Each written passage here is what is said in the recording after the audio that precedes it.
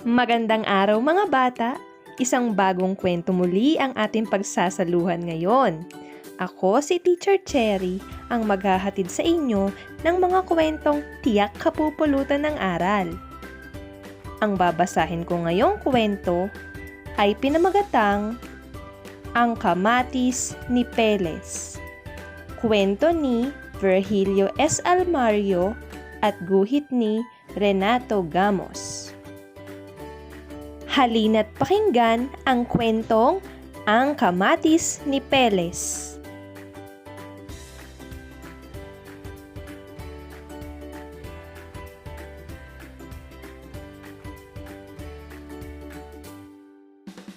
Sawa na si Peles sa araw-araw na pagliliwaliw at maghapong paglilibot kahit walang makain. Kaya naisip niyang magpatulo ng pawis at gamitin naman ang lakas at bisig. Napadaan siya sa bukid ni Hugong Langgam at humanga siya sa ganda ng tanim na halaman. "Ang ganda naman ng mga tanim mo!" bati niya kay Hugo. "Ano ba ang iyong sikreto?" "Wala akong sekreto," sabi ni Hugo, "kundi sipag, tiyaga, at konting banat ng buto." "Ganoon lang?" tanong ni Peles. At nanghingi siya ng mga buto ng kamatis para masubukan naman ang maghalaman bilang pagbabagong buhay. Linggo noon at kahit na linggo, hindi nagbulakbol ang bagong hardinero. Linggo noon at kahit linggo, pagbubungkal at pagtatanim ang inasikaso. At sa gabing iyon, hindi na makatulog si Peles sa pagbibilang ng tumutubong kamatis.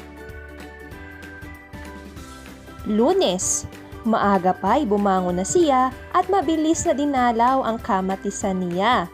Pero anong lungkot! Sa lupang malambot, wala ni isang sumupling na sungot. Halos maiyak siyang nagsumbong kay Hugo.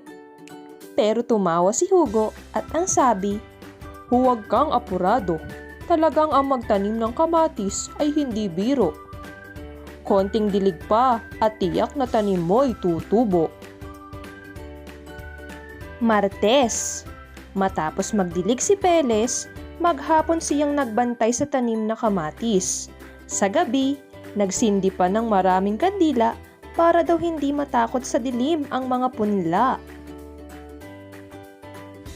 Miyerkules, matapos magbudbud ng pataba, inimbita ni Peles ang kabarkadang mga palaka. At kahit umuulan, maghapon silang umawit para daw sumigla ang mga punlang kamatis. Huwebes, matapos magbunot ng mga tumubong damo, nagdala si Peles ng maraming libro. At maghapon siyang nagbasa ng kwento at tula para daw hindi malungkot ang mga punla. Biyernes, matapos magdilig at magdamo si Peles, maghapon uli siyang tumula, sumayaw, at umawit. Naglagay pa siya ng kumot na pantabing para raw hindi mainitan ang kaniyang tanim. Sabado, laking tuwa ni Peles nang makita ang tumubong mga kamatis. Ilang araw pa ang lumipas, mga kamatis ni Peles ay lumaki at namulaklak. "Kaibigan, ang lulusog ng kamatis mo," ang bati kay Peles nang dumalaw na si Hugo. "Oo nga," sabi ni Peles na balot ng kumot. "Pero sakit at ubo naman ang aking inabot." "Sa umpisa lang yan," sabi ni Hugo. At naiwan si Peles na uubo-ubo pero masayang hinahagod ng titig ang lumalaking mga bunga ng kamatis.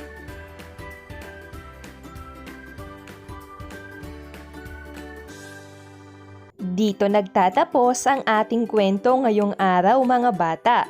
Sana'y may natutunan kayo at nagustuhan ninyo ito.